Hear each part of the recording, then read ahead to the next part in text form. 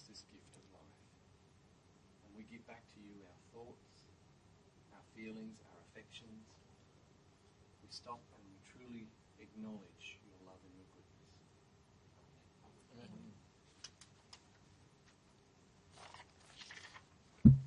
Say the Lord's Prayer. Our Father, who art in the heavens, hallowed be thy name. Thy kingdom come, thy will be done, as in heaven, so upon the earth. Give us this day our daily bread, and forgive us our debts, as we also forgive our debtors. And lead us not into temptation, but deliver us from evil.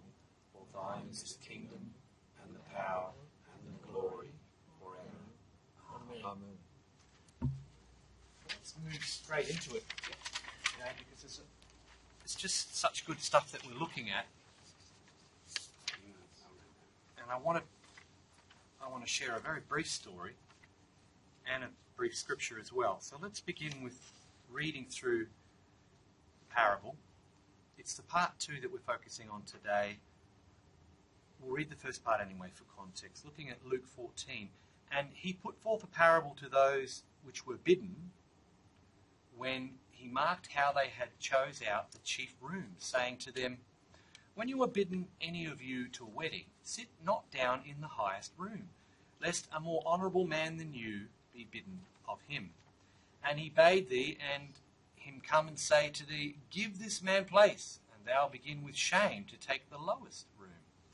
But when you are bidden, go and sit down in the lowest room, that when he that bade you comes, he may say to you, Friend, go up higher.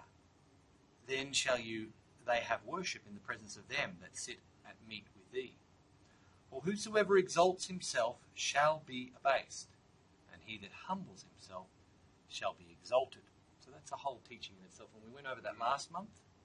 This month we're focusing on the second part. The Lord continues. There's a third part to this as well, but it really becomes a whole parable of its own, which I would call 3 justifications, or 3 excuses that we make to not engage in the kingdom of God. But we'll do that obviously next time.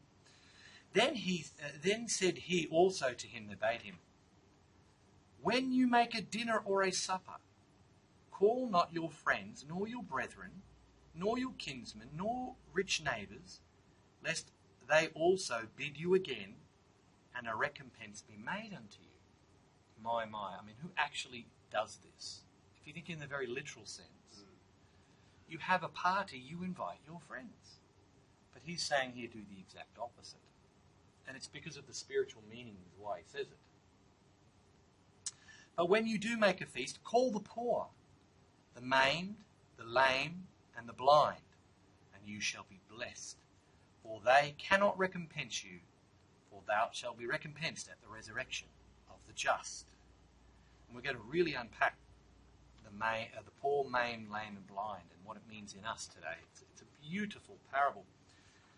Before I do that, I'm going to read 2 Corinthians chapter 12, starting at verse 7. And lest I should be exalted above measure through the abundance of revelations, there was given to me a thorn in my flesh, the messenger of Satan to buffet me, lest I should be exalted above measure. People read this about Paul and say, oh, God afflicted Paul with sickness. No, absolutely not. It's not what this is talking about. If you study this carefully and you look at the correspondences of thorns and what they mean and what it goes right back to Deuteronomy, thorns are wicked people that turn against God and turn against God's purposes. The thorn that was in Paul's side here was everywhere he went, the Jews, particularly the Pharisees, rose up and persecuted him and drove him out. Now he goes on to say, I besought the Lord 3 times that this might depart me. And the Lord said, my grace is sufficient for you. For my strength is made perfect in weakness. This is what this parable is really all about. And we're going to find that as we go through it. My strength is made perfect in your weakness, is what the Lord's saying. So Paul, being buffeted by the Jews, particularly the religious leaders everywhere he went, actually made room for greater strength for the gospel. It spread the gospel more. Persecution really does spread the gospel, but the persecution really that we are facing today more than anything, and it's out there in the world, but the persecution we need to deal with is our own states and how they try to stop us from coming into what God intends for us. Okay, so a quick story now, because we're going to look at what the poor, the maimed, the lame, and the blind mean. About a week ago, I had a Tesla Wall 2 installed, because I'm trying to work at not throwing so money at the electricity company. And it's working well, but at the same time, it opened up a whole new issue for me. You see, like your electricity company just sends you power down the line and you just use it, and you pay the bill at the end of the day. But we have no way to actually monitor where that power is going. So with the Tesla Wall, I got an app, and it tells me exactly where all my power is going. And I've been having this bleed of power. And I calculated, and it works out up to nearly 20 kilowatts of bleed a day. And for quick mathematics, because the sun, I've got solar panels producing sun during the day, so after all of that, I was giving an extra 10 kilowatts or so to the electricity company for nothing. It's not producing anything. It's not running anything. It's just bleeding. So that works out to $2.50 a day. That works out over a year to $750. That works out to $1,500 or $7,500 over 10 years. My point is, that's just money being bled, not achieving anything or doing anything. But until I had this app to tell me, I've got no way to know. I just go along and run with things and pay the bill. Now, hang on. Now, think about this quickly, and I'll let you jump in there, David. Think about your soul and everything that's going on inside your soul. We need technology, spiritual technology, that can monitor our soul and tell us, oh, you're being bled dry there with all that aggression. You're being bled dry with all that anxiety, all that sadness, all that bitterness. We need this technology, and without it, we're just going with the flow. And some of us are doing well, but there's all this waste in our life. And I'm sharing that story because it has a lot to do with this parable today. Go ahead, David, what were you going to say? When you say the electricity was being bled, but you're talking about electricity, you wouldn't use it for anything. Do you turn your power off at night? Currently, I can't find what it was being used for. If I shut the grid down and run off the battery and let the house run off the battery, the bleed drops away. Yeah. So it's only when the grid comes on, something else, it's just being bled somewhere, lost. So I've got to figure out the system. Well, hopefully, yes. The system switches the grid off for you and runs off the battery, what it's supposed to do. But the grid's always in the background if you need it. That's right. So while the grid's on, and even though I don't need it, I'm getting 700 watts of bleed continually. And I've got to figure out what it is. The analogy, though, that I'm wanting to make is that there are things in our life that are going on that we're ignorant to because we don't have the spiritual technology. And that's what the inner sense of the word is. It's that technology to analyze what's going on here and go, aha. And then you turn off the offensive bleed, and suddenly you're going, wow, I feel so much better. I have so much more excess energy, and I'm not wasting all these resources. Well, that's how it works. It's a process, isn't it, Beth? You might have to switch off a lot of bleeds. Yeah. I was thinking it's the Lord's, the energy that the Lord is supplying to us that's wasted in us That by too. not I was using thinking that too. That too. That's a good analogy. But let's not forget that while this bleed is doing nothing, to follow the analogy through better, in my spiritual life, I could be taking the Lord's energy and not wasting it, but actually using it to generate real problems, real blockages and real issues in my life. So that's even greater waste. But the point is that you need the technology. You need some way to monitor what's going on, or all of this is happening on a deeper level and you're just blindly a sheep needing to be woken up. Asleep or a sheep? A sheep, both. I'm playing on the words. Sleep as a sheep. It's You're being a sheep.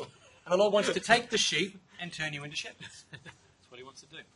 Okay, so any other comments on that before we kick in? How about the parable? Anything jumping out of you about the parable yet? Yeah, I've been guilty of that. I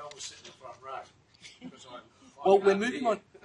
You should have been here last. You should have been here last month. But we're moving on now to this second part of the parable where he's talking about when you do actually have a feast. Somebody just. Oh, Dr. Wilkie, come on in. Ah, Come on in.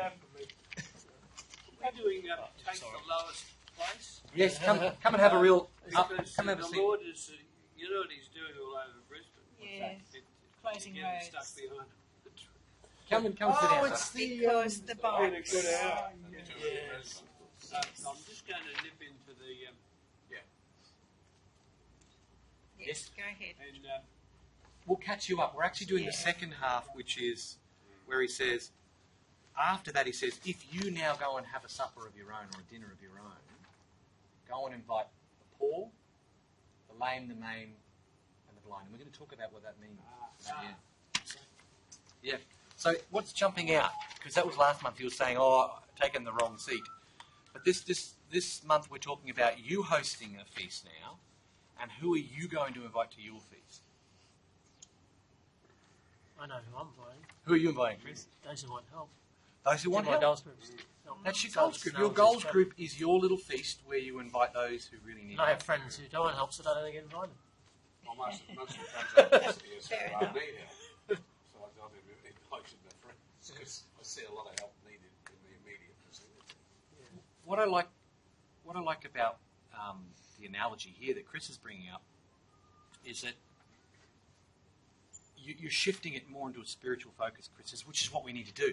Because I've never had a party where I've just gone out in the streets and invited strangers and... Well, that's not completely true. We had a home group once and it filled up with so many strangers we were quite scared. We didn't know who was who Well, when you first move, you're doing and they would use your toilet. thank you, sir. To fill you in, Dr. Wilkie, I mentioned how I've got a new power system put in my house and an app came with it and it showed me that I'm having electricity bleed into nothing. And we're talking about how the spiritual sense of the word today is that technology that allows us to analyse our soul and see what's going on and where maybe our life is being bled in areas it shouldn't be, wasted and used. Right. And we're going to talk about the poor, the lame, the maimed and the blind. And Jesus said, when you have a feast, invite those people, not your best mates, who will no doubt turn around and invite you back to a feast because they've got to have one up on you. They can't say, I now owe Dr. Wilkie, so I better invite him to my party and make sure I owe him nothing. But does anybody know anyone? I mean, Chris is running these groups, and particularly the free ones, Chris, you're just inviting anyone. And it is people who are spiritually, they're feeling impoverished, and you're wanting to just give to them. Yeah. Does anyone here know people who habitually just have parties and invite the downcast? Well, big charities do, don't they? Christmas time. Charities do. The Salvos. I admire anybody who does that because I'm too reserved to be open to anybody.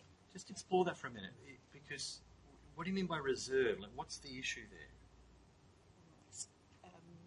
Skeptic. Well, I'm thinking it's your own to be- personal home, isn't it? You're I inviting think that's people. wisdom. You don't very In a close to way. swine either. Yeah. You're not going to Yeah. value. Right. But I think from a woman's point of view, but also the security. Yeah. And this is important because a lot of the parables, a lot of what Jesus says, appears to contradict itself in the natural. Cut your hand off. Poke your eye out. Ever done that, Christian? No. Because we know that he's not actually talking about that. However, It did say if it's however. if your hand leads you into sin, cut the bloody thing off. Exactly. Yes. But it didn't lead you into sin. Like if you're going to be an idiot and claim, oh well, I went to cut it off. Well, You I don't think have the body parts left in there. Yeah. I'm a crying my hand. There'd be no body parts left. I love that. But look, there are people who cut themselves off from going to places where there's easy access to alcohol because they know that's their weakness. So there's an element where, in the literal sense, it's true, isn't it? But go deeper. The Lord's always wanting us to go deeper. So how are we going to go deeper with this today? How on earth do you have a spiritual feast and invite the poor, the maimed, the lame, and the blind? That's what we're going to dig into. So let's start. I'll read the little opening area, part 2. The advancing soul truly understands and even perceives that all life, especially that of one's own soul, is a gift. This perception causes them to abhor self-praise or praise coming from others, when in fact the Creator is worthy of such praise. It's not that an advancing soul objects to getting a slap on the back and saying you're doing well.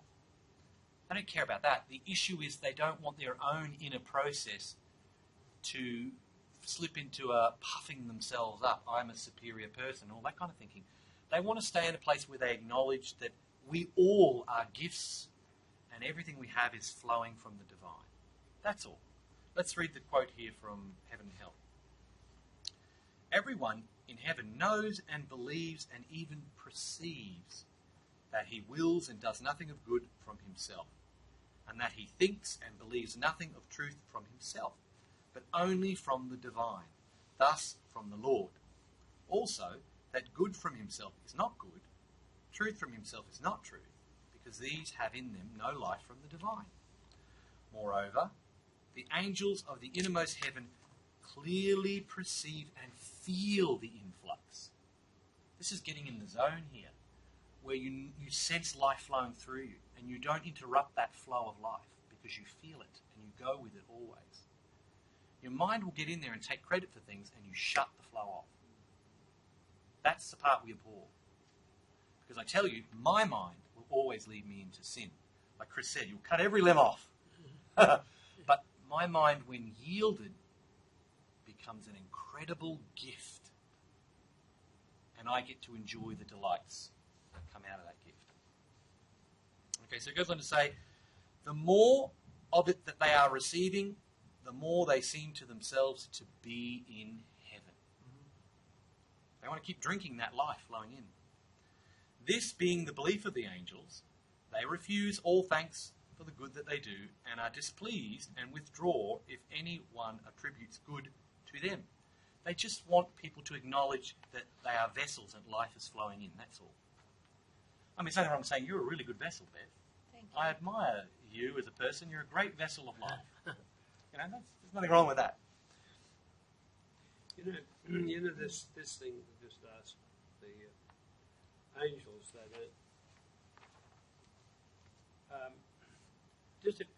just 2 points. The idea of like once a year you're going to invite people into your house and feed them. Yeah. Whereas you really don't see them at any other time of the year. Wow. That is so gut-wrenchingly wrong. Yeah.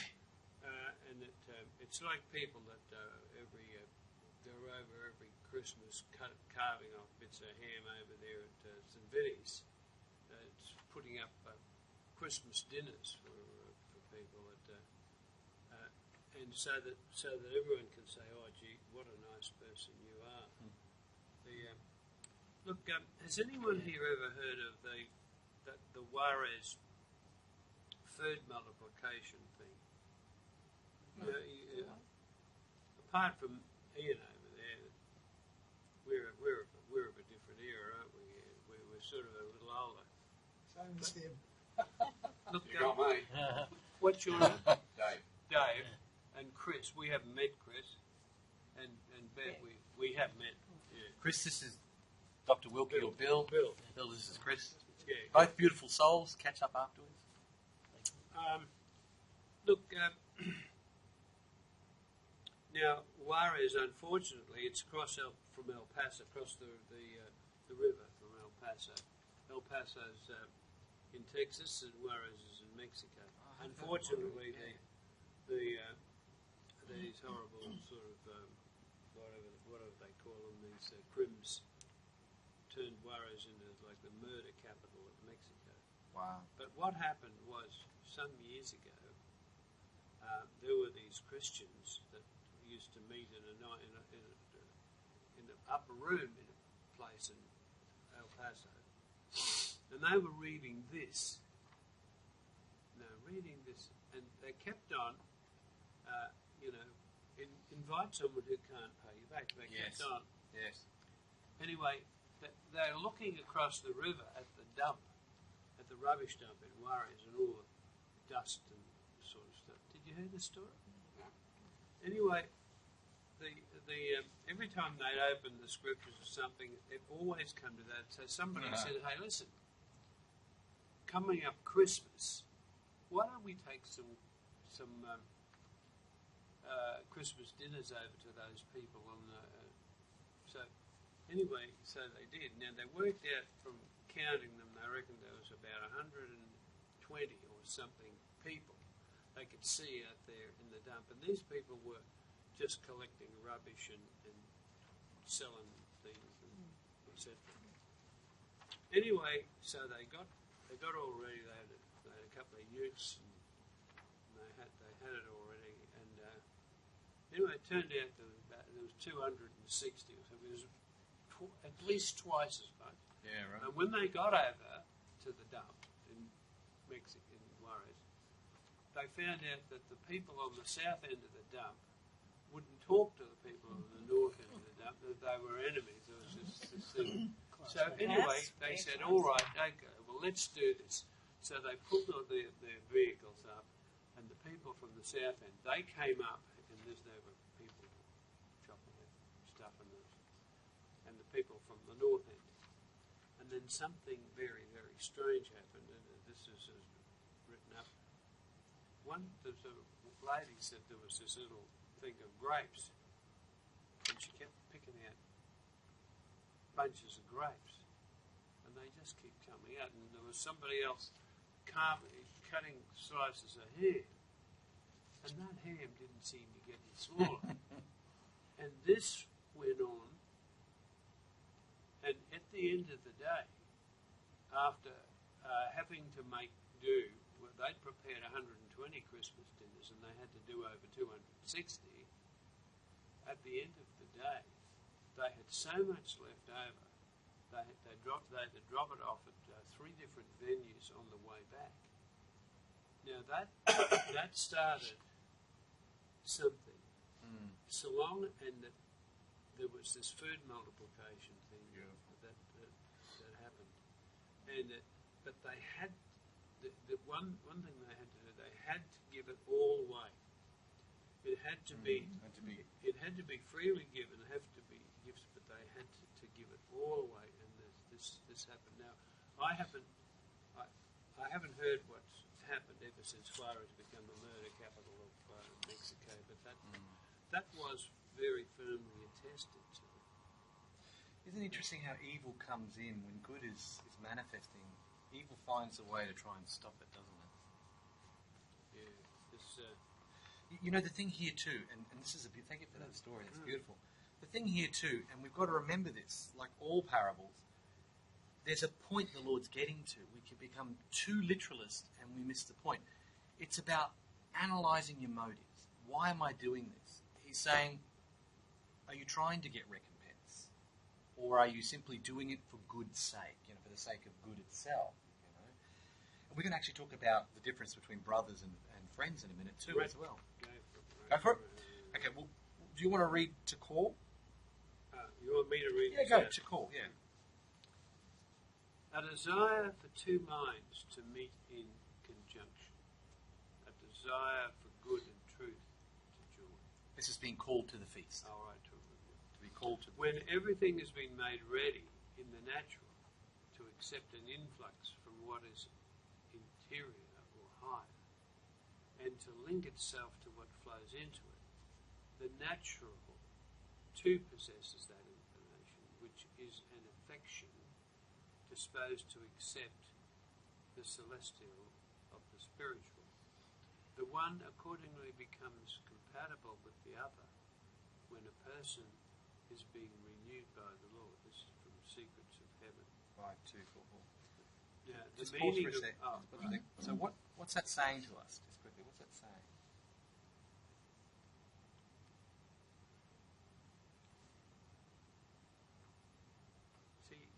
It's a bit deep.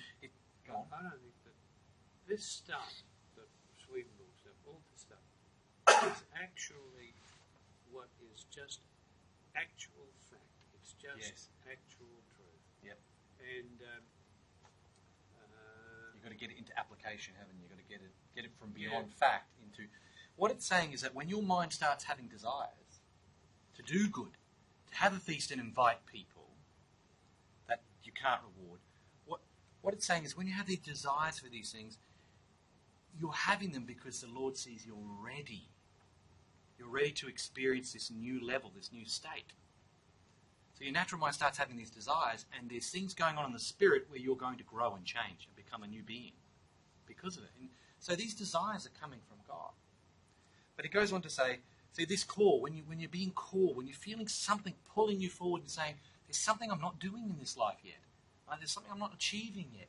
That is the spirit man calling to the natural man. But it goes on to say, read the next bit. the meaning of calling,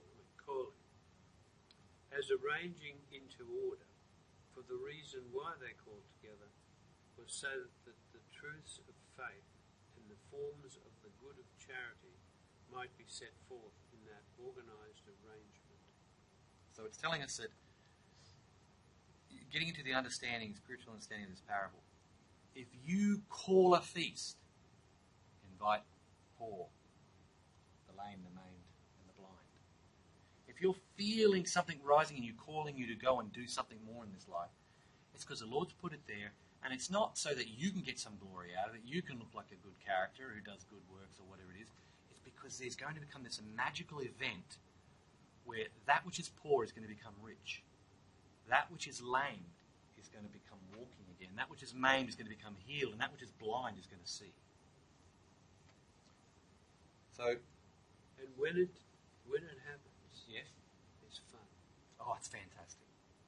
It's fun, and it's very enjoyable because you're meeting people you wouldn't otherwise have met. Yes, People with one leg and one eye and that sort of thing, who've got all these interesting experiences. But I've got a real antagonism for people who do good, so that they're seen to do good. And Yes. the medical profession yeah, is really, really good at this, at being. I'm going to be really nice to this person for a fee or whatever. for a fee. For a fee, and but if in fact you, as a doctor, you can see people, you can see and treat people Yes, who can't give you anything back. That you're bulk billing them, and you enjoy their company. You'll find that you'll find that something really does literally happen. There's something that in the spirit that this stuff. Now, I'm a bit tongue-tied about you sort of, you know, you were saying before about, once a year invite all these people, and there's no real depth in relationship Well, and that'd give friendship. it creeps. I've known people that this is this.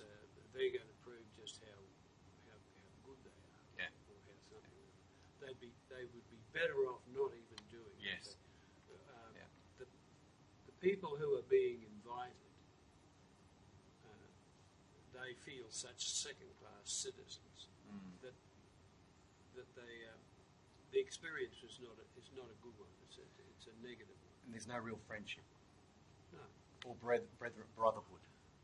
So let's bounce off that. Bev, do you want to read friend and brother? Go right through friend and brother. Okay. Friends, spiritual states that relate to each other in thought and ideas. So it's about thoughts and ideas, spiritual states inside you, or with others that you share with others in thoughts and ideas. Go on with brethren. Brethren, spiritual states that share similar or the same loves. Now we're talking about loves. Right. Perfect. Keep reading. I, John, who am also your brother and companion, This symbolises those people who possess the goodness of charity and consequent truths of faith. In the spiritual sense of the word, a brother means someone who possesses the goodness of charity, and a companion, someone who for that reason possesses truths of faith. So sometimes I like to say, those people are friends of the church. They're really favourable, meaning we share similar ideas in life. We share similar thoughts, ideologies, but we haven't found the same loves yet. We're still going in different directions, and that's okay. Everyone has their path. But to really be the church, the people of God, means that you share a common love. You become brothers. You share a common love. And what is that love? A love for the Lord and his mission to save souls. That's really what it is, that mission. So there's this friendship, and then there's brotherhood. And I love that because, friends are good. You have these feasts, you really, in life, in earth, the natural sense, you should be inviting brothers and friends. Really. And then helping them. Because we're all impoverished. We're all lame in some area. We're all maimed in some area. And we're all blind in some area. But the real goal of this parable is where do we get the technology that helps us spot our blindness and where we're impoverished? I'll tell you one way of doing that is to have someone that you like, who likes you, just tell you the truth. Yeah. Fred, honestly, mate, your breath stinks, and I'm just telling you. And I should cut back on coffee, shouldn't I? And honestly, You mean like honestly, a glad you son? brought that up. the I was way going to talk that to Darren up. the way that you talked to Aunt Lily the other day, that wasn't nice. Now, I'm only telling you this because I'm your friend. Because I'm your friend and you... Yeah, And so, that's true. etc. But That's great. I love what you're saying there. Isn't that good? Like, a friend is someone that will actually risk hurting the relationship because they love you enough to want to help. well, see, they know they're not risking anything because if you tell the truth, to your friend, they're not going to hold it against you. No. They're not going to get all uppity about it. There was that sermon Jesus did. He said, unless you eat my body and drink my blood, you'll have no life. And he lost 70 disciples in one sermon. That's right. They said this bloke is as nutty as a fruitcake. Yeah. I think that classification of being that honest would come under brethren. A brotherhood. Well, brotherhood, yeah. A brother. Friendship, you're working... I agree, Bev. Friendship, you're working towards sharing things. But a real brother is someone who says, look, I love you, man. I'm just going to say it. And I know you won't reject me because we're family. Yeah. Spiritually, we're family. And speak the truth in love. And I think a lot of times it's invited. Like, I think it's good when, can you give me some practical feedback? And it's like, great, yes. Otherwise it can be still not invited and rejected, So Chris, they can you give me some feedback? And then you tell them and they go, man. He's like, well, you asked. Yeah, exactly. That's right. If you don't want it, turn up. Yes. You asked. That's awesome. All right, well, Chris, do you want to read the next bit for us? Which bit? Feast. Feast. Oh, yeah. The Lord desires to fill the soul with the delights of life. Feast corresponds to the delight one feels when certain spiritual states are achieved. For example, at the completing of a spiritual battle, greater levels of good and truth joined together now exist within the advancing soul. The reason for the individual is an increase in the influx of heaven and its delightful peace. Feast also represents the state of delight an advancing soul undergoes when experiencing true gratitude towards the Lord. This gratitude finds its expression in various forms of worship. Secrets of Heaven 2341. And he made a feast for them means dwelling together. This is clear from the meaning of a feast. Feasts are mentioned in various places in the Word, and in those places they mean the internal sense dwelling together, as in Jeremiah. The word of Jehovah came to him, you shall not go into the house of feasting to sit with them, to eat and to drink.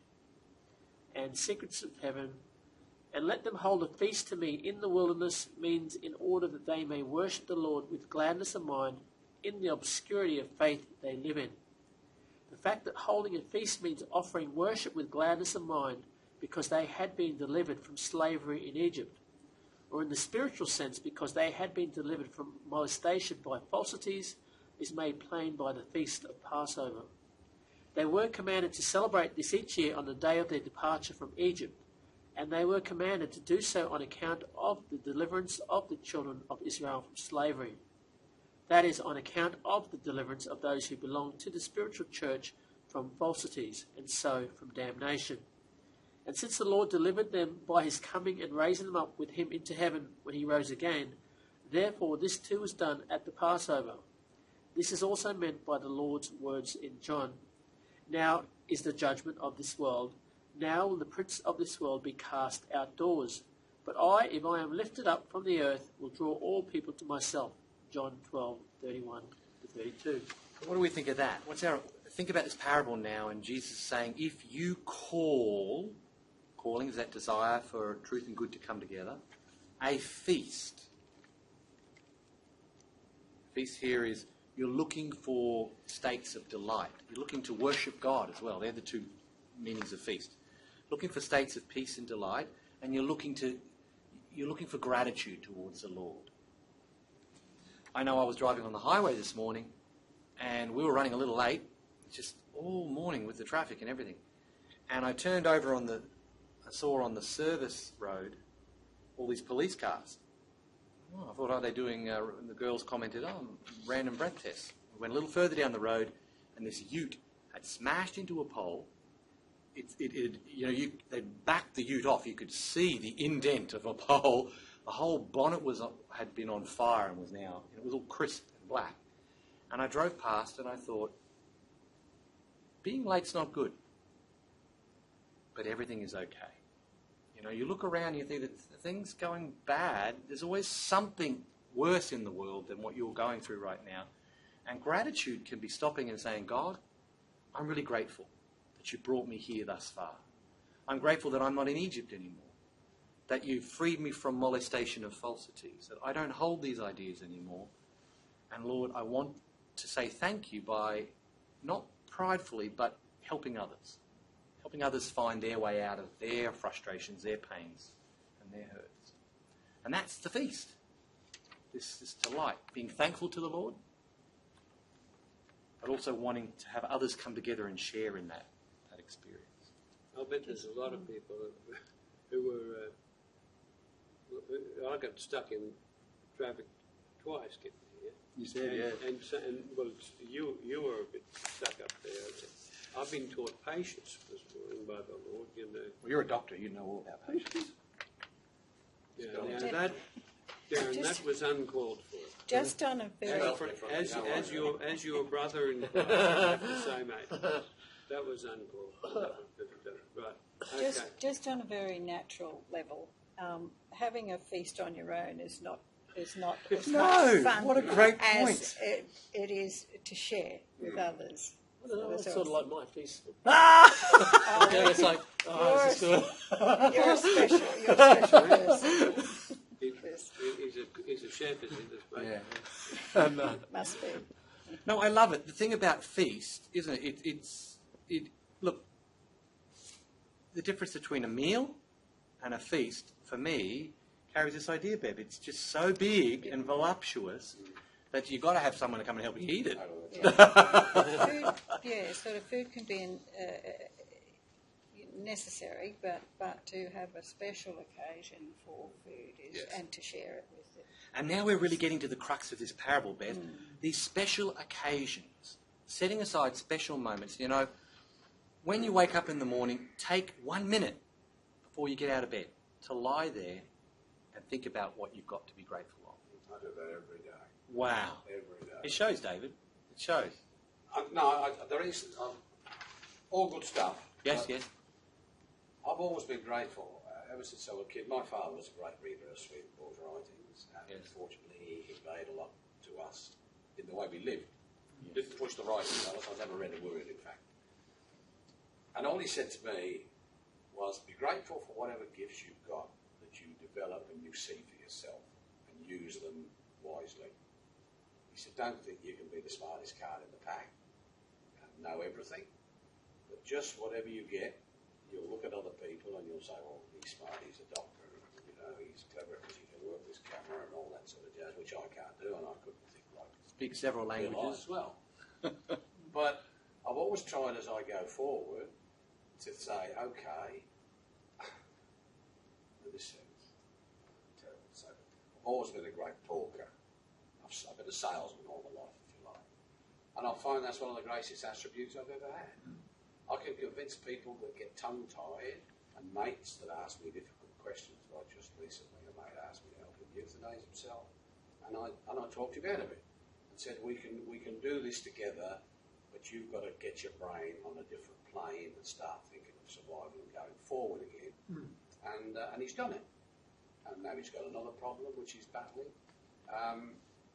And I've been keeping him. I was up there again last week. I spent a couple of weeks ago. I was with him in the Holy Spirit every day, and then up at Noosa last week. I went with him and saw him up at the Noosa Hospital every day, where he was battling a bit. And then at the last day, a senior nurse came in, and all the things we've been thinking about, she picked like that.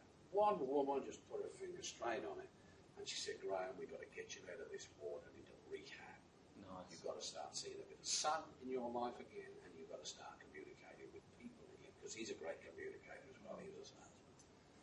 And I thought, wow, gee, you know, we've been talking about it for weeks, and even up before Christmas when we were going to that difficult stage.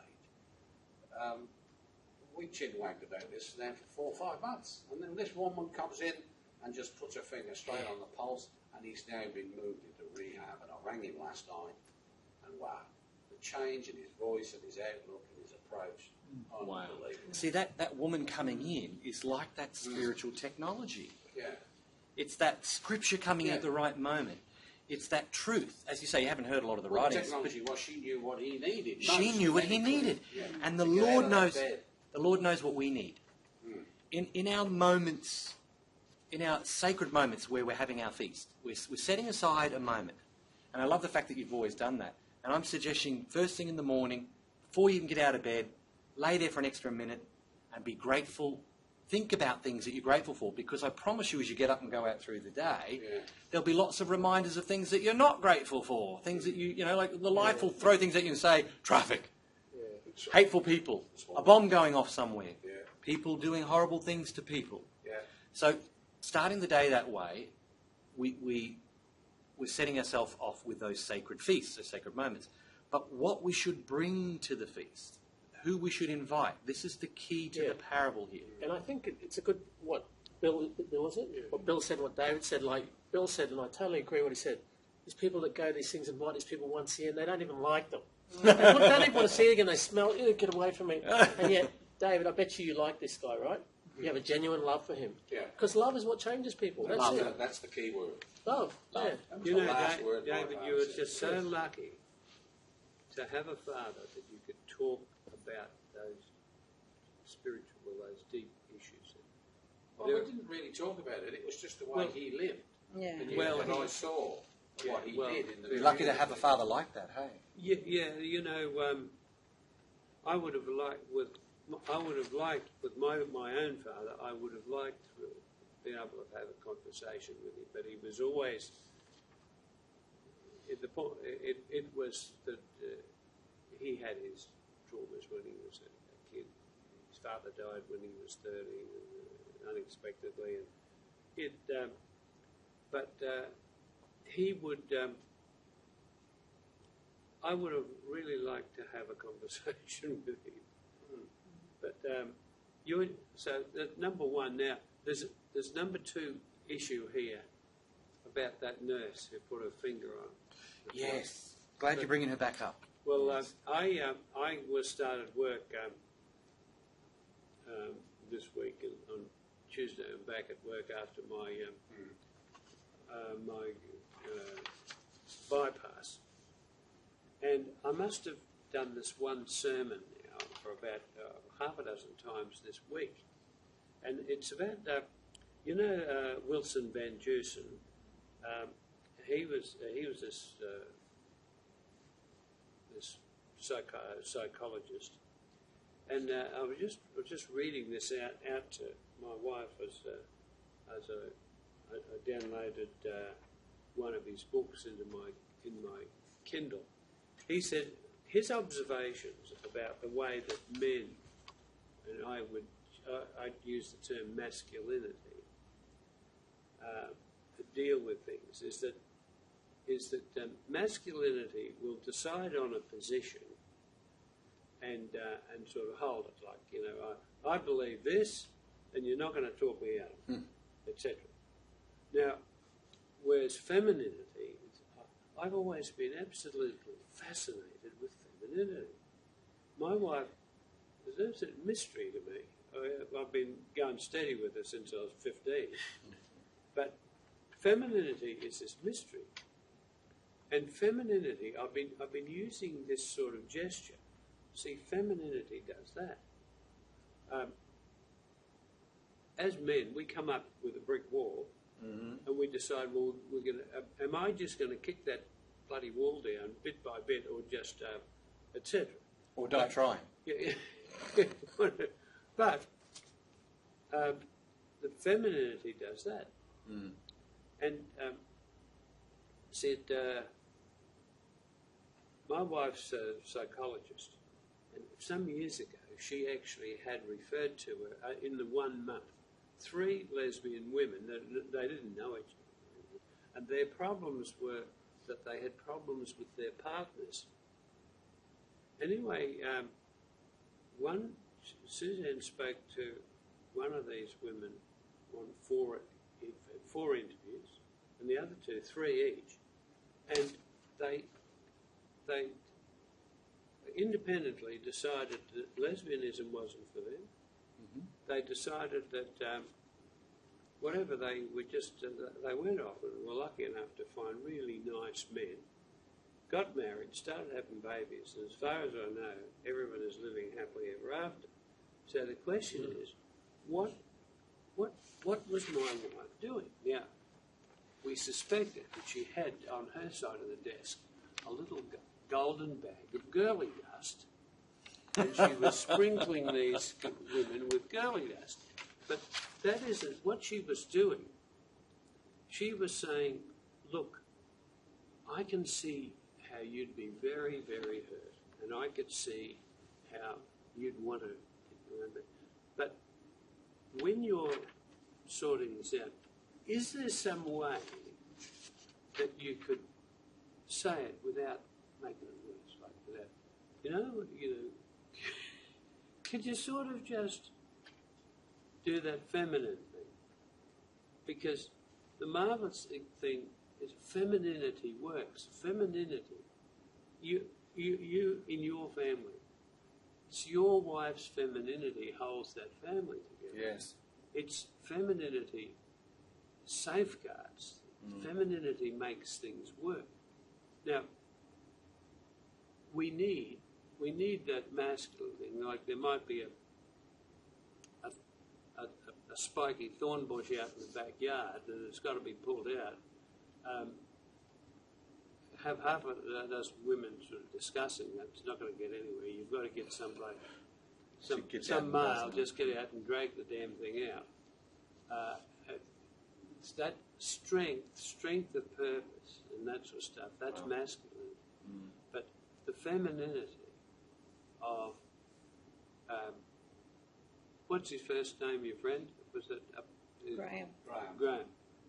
Graham, we need to get you out in the summer, etc. So let's sort of get around that. But I found myself given this sermon all week about femininity and making things work. You know what you should do, though, which is very quick and very enjoyable? You should tell everybody that has that problem to read 2 books. Why Men Are From Mars and Women Are From Venus, and why men don't listen and women can't read street maps. As soon as they've read those 2 books, they will completely understand the difference between femininity and masculinity and man and woman. But they have to, but they do I go recommend together. those 2 books to every young person that says to me, I'm going to marry that girl. Before you do, read these 2 books. Before we get too far off, because this is a great subject, can I bounce off what you're saying there? And I'm so glad you brought it up, because, Chris, you're right. what we need is love. But love needs a partner. Love needs an assistant. Love without wisdom will end up being bled dry, just like my power system. And so this is where, in this case, there was another dynamic came in, didn't it? This nurse came in, and it just brought the extra dynamic in. And this is technology. yeah, But I didn't know. yeah, and this is what this parable is really all about. It's saying, look, when you're having a feast, time of gratitude and thankfulness, and you're celebrating and you're being grateful for life, and you're moving forward, invite the poor, invite the maimed, the lamed, and the blind, because they're missing something. Being single is not fun. We weren't created to be single. So whether you're masculine or feminine, there's a balancing, a yin and a yang, a balancing of one's life that we're all looking for. So yes, love is all we need, but love also needs assisted. It needs that help. It needs that wisdom, that spiritual technology that comes in and says, you're so powerful. If you don't mind me directing this over here, you're going to be even more powerful. So let's keep going, because we want to get to the bottom of what exactly we're inviting to the feast here. So I don't think you always have to invite, because if you're in a feast-like Yes. state, Yep, feast-like state. you're in, people around you are invited to it anyhow. Yes. Because they feel drawn to it. That's beautifully said, Ian. Yeah. Yes. Just No, where they're going to. The law of attraction. The law of Yeah, attraction. there is a law of attraction. Yes. Leave it at that. Yeah. No, Ian, look, I like what you're saying, and because you're lifting it to another level here, as we all need to. At a actually a practical level. Yeah. In my practice, there's a lot of people, really interesting people that you call poor or whatever. But, because I've got these two receptionists that who they like all my patients, and I like them, Yes. and they like me, and more often they'll arrive with some biscuits they bought from the thing.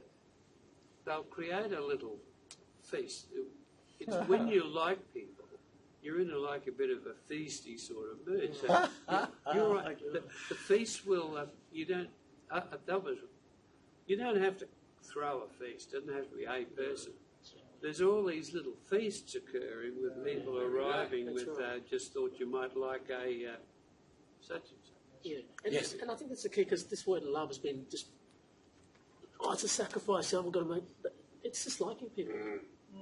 Like a true gauge, a barometer, an instrument of technology. Do I love people? Do I actually enjoy their company? If you don't, you don't actually love them. Chris, what's one of the things that happens at a Right. party? Sorry, go on. Spot on. What's one of the things that happens at a party sometimes? I mean, what are the reasons we have our feasts? You said it last month, Bev. We talk about quickly throw out some reasons we have a feast or a party. Oh, Just to get together. get Catch up, together. have a laugh, have a good time. What do we do when we get together? Yeah. We eat. And chat. We chat. Hey, Sally, have you met Trevor over there? Yeah. People get together. And this is kind of what the parable's kind of getting at. It's about bringing together. Look, it's saying, for me, what it's saying is allow yourself to be vulnerable before the Lord. We haven't got to always put our best foot forward. Allow ourselves to be vulnerable. We're trying so hard in this life to put our best side forward.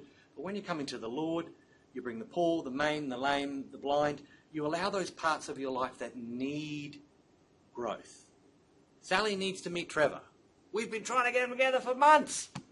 Party happens, they meet each other, and it's wonderful. That kind of idea. If our motives are wrong, we're going to miss the treasure of what the feast is really all about.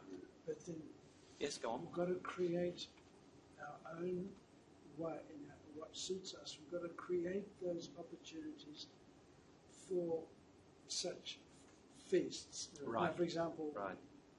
I don't take your point earlier on. I'm not advertising or promoting anything about myself, but I do really make it a practice. I must have time with the Word first thing in the morning. Yep. I must have it. Yep.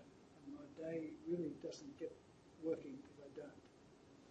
But when I have that time and I get exhilarated or uplifted by something, I find that then I'm caused to look at something in my life which is a bit poor or maimed or broken or something.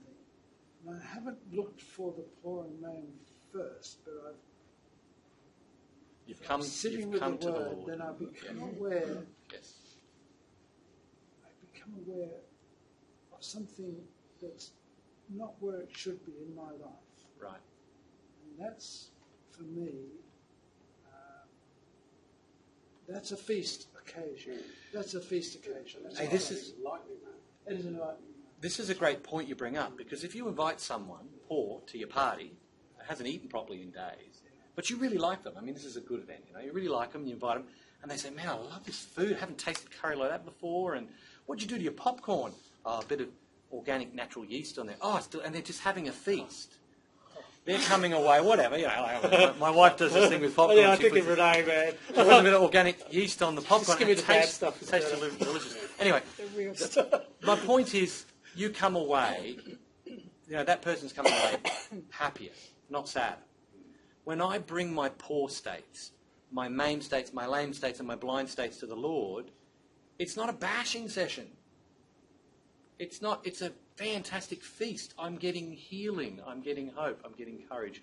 I'm getting filled up. So, Ian, when you just stopped and spent time with the Lord in the morning, you already were bringing the poor, lamed, maimed, and blind, because that's what we are. But not consciously. Not first. consciously, no. Not consciously, no. I had an unusual experience this week. I went to the Chinese Buddhist temple in Sandgate? Underwood. Underwood. Underwood. Another one. Okay. Yeah. Actually, Priestdale, I think it was on the TV just the other night. Oh, was it? Yeah. Priestdale is the And, suburb it's called. It was Priest so Town. enlightening, and I Priest left Town. there I think that's feeling this enormous well of love, actually. Oh, how because beautiful. Today we had, what do they call it, contemplation there, meditation. Yep. And we met this delightful nun, took us round, and it was very enlightening. And I asked a few curly questions, which I always do. I can get a bit crass at times. And, see what the and reaction. just the way they answered it, but everything they said revolved around this one word, Chris: love. Love. Love in action. It'll be some form of love in Everything action. they It will were be. doing. Yeah. It will be, yeah. It was quite enlightening. And funny enough, Paula made a comment to me. She said, "Why have I lived in Brisbane all this time? I've never been here." It's a massive complex. Huge. Yeah. And that ties back to the blind part. So maybe we'll just finish off. We're nearly done. We'll just tie this last little bit off, and we'll do the poor. Who's up to? Ian, were you? Ian, your turn to read. Will we get enough for Guan to have a read? We don't have Guan to have a read. Dave. Not yet. Well, hang on. Okay.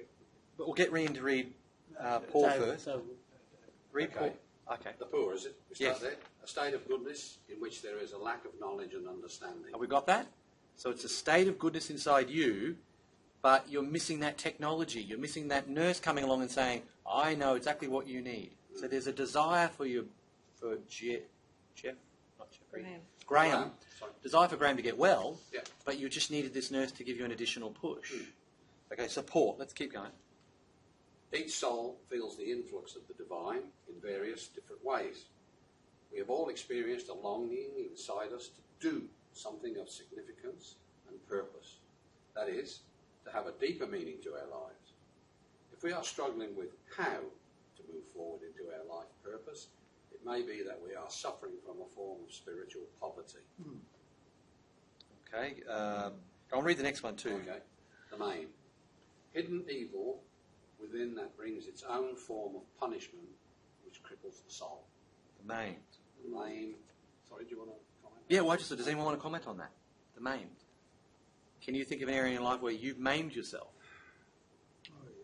But I don't want to talk about it. Okay, I'm going to mention one if that's right. David, your talkableness, because I'm a talker, that can maim you, but not when your heart is driven by good. Good, no. It's a blessing. If your heart's driven by good, man, it comes out like rivers. Well, I've had a few experiences where my mouth has got me into trouble, and it has crippled my soul this week. We're trying to move and declutter our house where Yes. Paula lives. Yep. And Paula is surrounded by materialism that I've never seen in my life before, and I mean materialism. Like Stuff. in excess of 500 dresses. I would hate to say how many pairs of shoes and handbags, and I said, we can't take all this to a two-bedroom apartment, Yes. villa in this centre we're trying to get into. Yes. And I've said some cruel things, which has crippled my soul. She can do as good as I can, and it comes hurtling back at me in a big way. But at the end, Yes. this morning, we hold hands and we just say how blessed we are with what's happened to us the day wow. before, and how Wow, lucky that's we are that we can go forward into the next day. And, But see, I love the way you're sharing that right then. You just brought the maimed to the feast. Because you were saying, oh, look, I did this. And that's how you feed that part of your life, and it gets stronger, and you do it less. This is the whole point. You do it less because if you're I didn't willing. do it less, I think Paula would cripple me. yes. Well, you've got to put it in a practical Literally. context. haven't you? Yes, yes, You you do. do. Context, in the yes. environment in which we live, Yes, I think exercising our weaknesses and our strengths Yep. and loves right. is probably the only thing that's going to drive the world forward. Because if you turn on the news in the morning, I mean, the first thing you'd want to do is go and slit your throat. Don't turn the news on first thing in the morning. I agree. Yeah. Especially when you hear some of the dreadful things that happen. I mean, the news this morning was terrible. It was. Okay, are we okay with that? Poor, those states in me where there's good, but it doesn't have the knowledge to go forward. Maimed, those states in me that are not good, but I'm not. When they outwork themselves, I end up being crippled in my life. Okay, go on, Guan. Would you read the lame? Lime, the desire to do good, but no power to manifest such states. Right. Following on from spiritual poverty and a crippling evil, we may have to have the necessary knowledge, but lack sufficient wisdom to implement such knowledge into our daily lives. We may not have the necessary guides or human discipleship to lead us forward, or perhaps evil, selfish desires and pride will not let us acknowledge the word or those who would lead us forward. Okay, what's our thoughts about that? The lame is different to the maimed and the poor because you've got the knowledge, but you just never seem to know how to put that knowledge into action. Chris, you must encounter that a lot. You know, you've in goals groups, people they know, they agree with you. Oh, yeah, I know that, but they just haven't been able to put it into action, have they? Yeah, I think it comes from just purpose, knowing who you are and knowing your purpose, because that motivates you when you're doing it. It does, but Feels- sometimes you need a guide, don't you? Yeah. It can be internal guide, or sometimes it could be that fitness man who stands there and says, "Give me 5 more." You know what I mean? We need.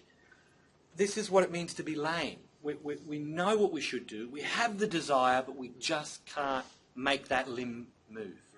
Yeah, true. And this is what the Lord's saying. Invite these to the feast. I want you to bring these areas of your life to the surface and let me bless you and heal you. Don't be Jonah running away, hiding yourself in the whale. Okay, so Dr. Wilkie, would you read the blindness for us? The blind. This is confusion and uncertainty around what constitutes real good. Again, we may have a genuine desire to do good, and yet our deeper subconscious objectives are polluting our actions, so that whatever good may have eventuated has been slowly poisoned by our selfish motives. Meanwhile, we're completely ignorant of our own self-sabotaging mechanisms. Thoughts on that? Can anyone relate to that? Well, yeah. If you haven't done good, well, you are self-sabotaging, and you know you've sabotaged yourself. Yes. I mean, I can probably half a dozen times a day say I've sabotaged myself by having the wrong thought, Yes. and you've got to rethink it again. Yes. Even if it's just something that you've read, Yep. you've watched, Yep. or you've listened to, Yep. and you've had the wrong interpretation. Yep. Or just sabotage what the person was Exactly. interpretation of what the Exactly. person's trying to convey to me. Beautiful. Thank you. So here's another example to capture this parable. Jesus said, a man came before God, so he's having a worship, having a feast, and he beat his chest. He says, God, oh, I did this, and I did that, and I did this. Oh, help me. Pharisee came to have a nice little feast before the Lord, and he invited all his mates. He said, I thank you, God, I'm not like that sinner over there. I go to church every week. I tithe. I do this, I do that. And he listed all the things he does. There's his guests to his feast. The Lord says, you've invited the wrong people to the guest. I can't bless you in that state. Who went home right with God?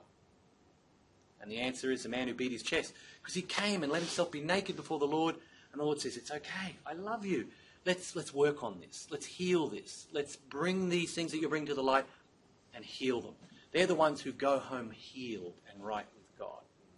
And that's what this parable is saying. When you have a feast, I know in the literal sense we're being challenged to go further, and I love the way Dr. Wilkie said, well, let's make sure if we're going to do this in the literal that this is not, this is real stuff. Invite people that you like who are impoverished and that who you care about that are impoverished and so on. Yeah. Look, I tell you what. There's something that ministers do. Do you forgive me? Pastors. We're getting a friend. We're getting a friend here. Is he a brother? Is he a brother or a friend? As a brother, Come on, give it to me, man. No, you guys. I tell you what. You assume. I assume, yes. No, but people assume that, like we haven't fixed it. Now, David, you said that this other person said, here am I being here, and there's this Buddhist, beautiful place of peace. No, I've never been here. But you forgot to put a little thing called yet. I haven't been here yet. Nice.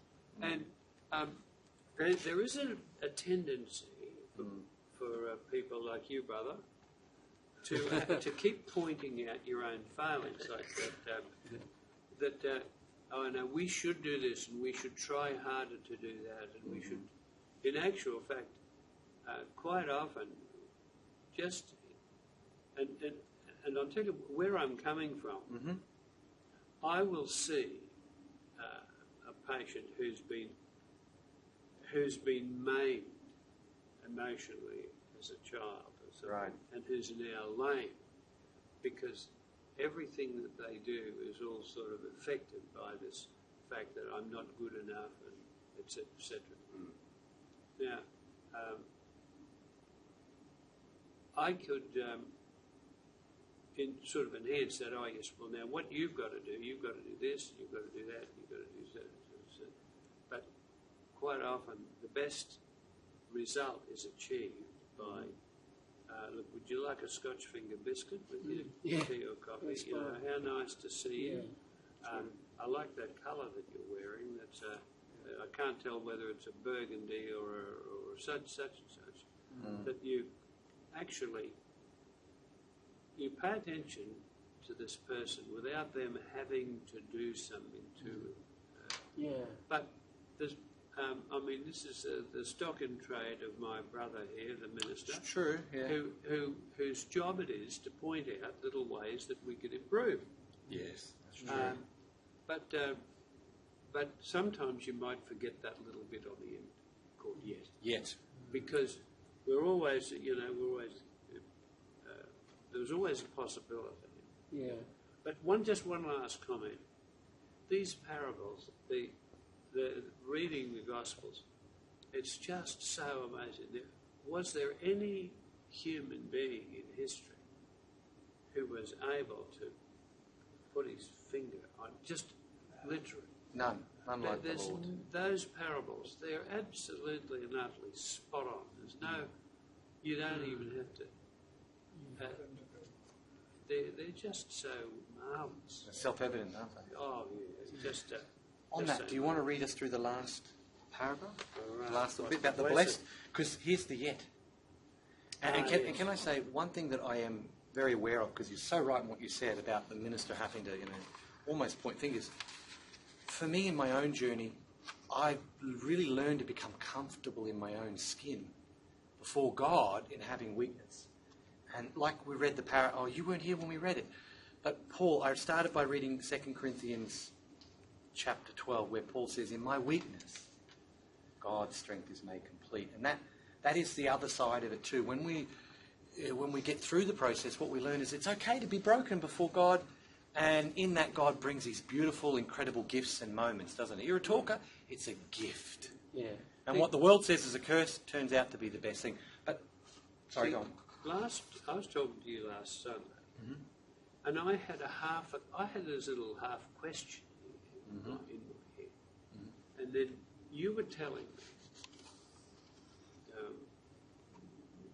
about years ago, and this Hare Krishna sort of friend of yours saw this dove thing, but you had the answers to I had a thing I was thinking about, and you had half the answer. And by putting my question with your answer, it actually solved the whole thing. It was really marvellous.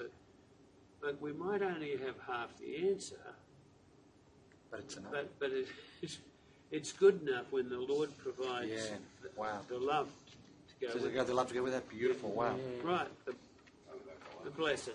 Well, hang on, before you read it, in the parable, Jesus says, if you can get the poor, the maimed, the lame, and the blind to the feast, the end result is you won't get a feedback loop, a natural sowing and reaping feedback loop, where you've had your reward. You get a spiritual feedback effect where you experience blessings from heaven. So this says here, you shall be blessed, for they cannot recompense you, for you shall be recompensed at the resurrection of the just. So just read what blessings is, The Lord's delight, happiness, love and wisdom offered to the advancing soul as if it were their own that's being blessed. Yes. A blessing means every good that a person has from the Lord, such as power and wealth and everything that accompanies these, but especially every spiritual good such as love and wisdom, charity and faith, and the accompanying joy and happiness which have to do with eternal life. Any comments and thoughts on that? Yeah, I've got a comment, probably going back to what Bill was saying before. Like, even knowing you, Darren, and like, I wouldn't even class myself as Sweden Forge. I've got more, these readings are good and all that, but really, I just get more from my friendship with you. I mean, that's not really, but that's, you know, I mean, like, so it's not the, like, because it's the liking. When someone likes you, it's not so much the knowledge, because I don't really get, like, you have wisdom and stuff at different times, but it's more just out of practicality. Relationship. It's not really the, you know, as the minister hat on.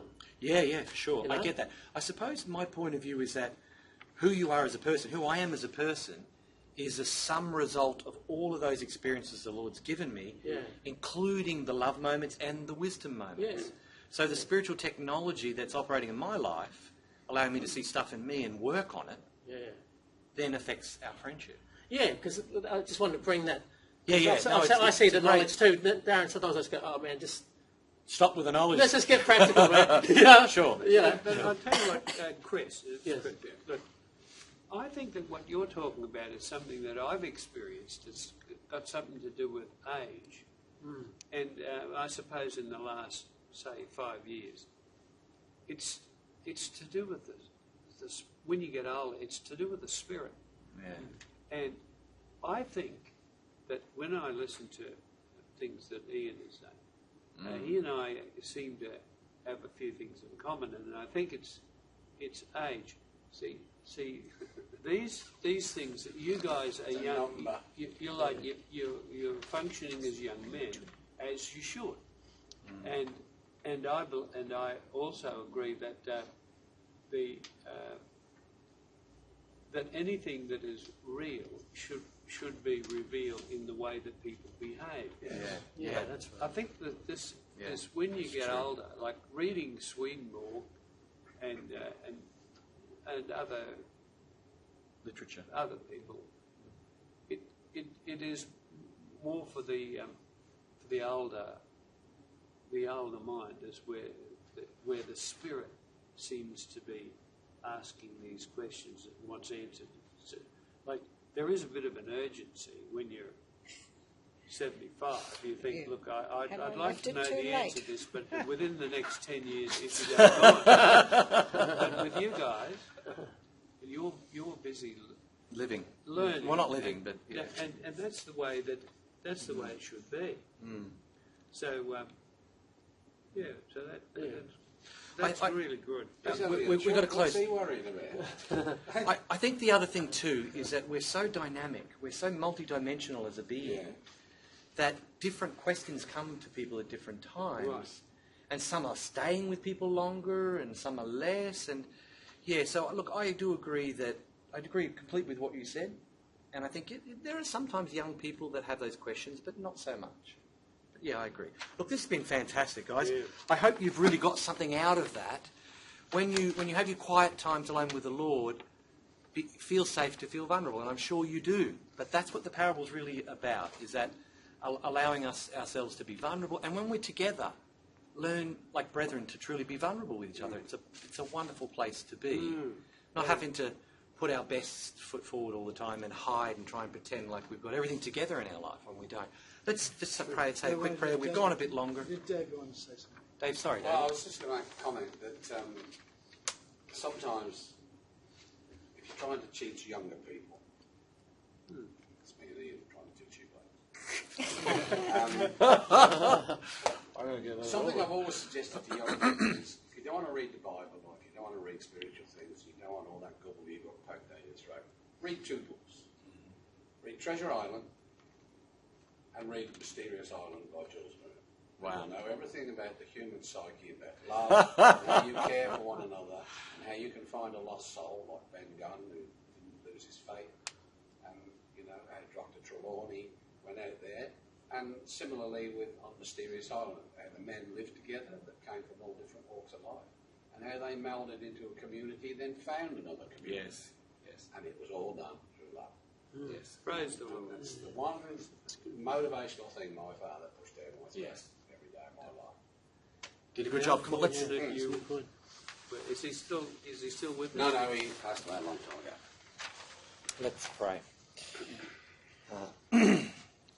Lord, you have such infinite wisdom that we cannot grasp, and you can see all things, future, past, and present. You know what our soul needs. And even here today, if we've gathered around and we've talked about your word and we've discussed it, I'm sure, Lord, that the things said by each one of us will come back to our thoughts at a later date and will give us food and sustenance when we need it most. We truly love you, Lord, and we're grateful that you love us regardless of our current state and where we're at. You see who we're becoming, not who we've been. Amen. Thank you, Lord. Amen. Amen. Well said. A little longer, but it was worth it because That's good. Successful. Yeah. Yeah, well, with that, isn't I it? have to have a quick bite because I think, Chris, you start soon, don't you, with the Gold Fruit? Yeah, but that's all right. I'm not from Jane on here yet. So. Yeah. Look,